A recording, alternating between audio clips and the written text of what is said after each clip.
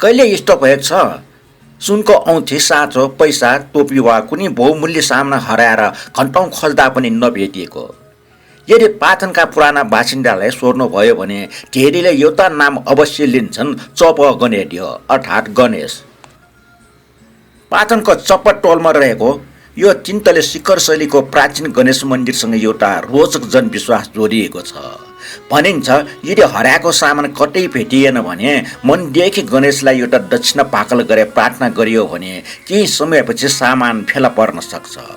यो वैज्ञानिक रूपमा प्रमाणित तथ्य होइन, तर पुस्तौँदेखि सुनिँदै आएको स्थानीय किंवदन्ती पनि अवश्य हो।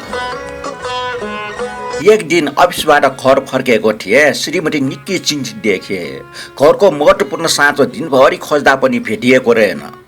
मैले सहजै भने, चप गणेड्यलाई एउटा दक्षिणा फाकल गर्न। उनले मनमनै फाकल गर्यो। एकै छिनमा हाँस्दै पनि, अरे साँचो त मैले लगाएको ब्लाउजमै पो रहेछ। अर्को घटना अझ रमाइलो थियो। मेरो पारङ्गाउले टोपी धोएर झ्यालमा सुकाएको थिएँ। साँझ हुँदा टोपी गायब। तल खस्यो कि कसैले लग्यो कि कतै भेटिएन। भर्याङ चढ्दै गर्दा मनमनी गणेशलाई भाकल गरे। माथि पुग्न साथ एउटा केटाले भन्यो, अङ्कल तपाईँको टोपी खसिरहेको थियो, मैले उठाएर राखेको थिएँ। टोपी हातमै थियो। यो लेख तयार गर्ने क्रममा छिमेकीसँग पनि सोधेँ। उनकी छोरीको सुनको औँठी हराएछ। भाकल गरेपछि करिब एक हप्तापछि उनकै घरको डस्टबिनमा भेटियो रे।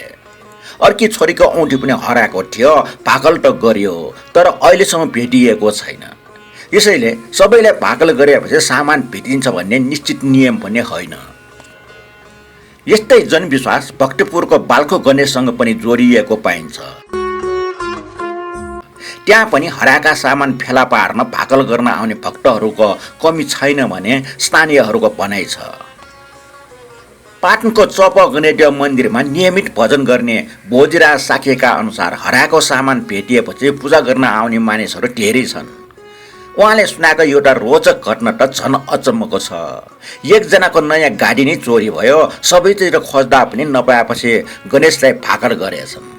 पछि गाडी फेला परेपछि खुसी भएर भजन मन्दिरलाई नेवा भोज नै खुवाएछन्। यी सबै घटना संयोग हुन्, आस्था र विश्वासको शक्ति वा साँच्चै कुनै अदृश्य कृपा? यसको उत्तर हरेक व्यक्तिको आफ्नै विश्वासमा निर्भर गर्छ। अब तपाईँलाई सोधौँ, हराएको सामान भेटियो भनेर भाकल गरेको वा सुनेको कुनै अनुभव छ? विश्वास लाग्छ कि लाग्दैन? आफ्नो विचार कमेन्टमा अवश्य लेख्नुहोस्।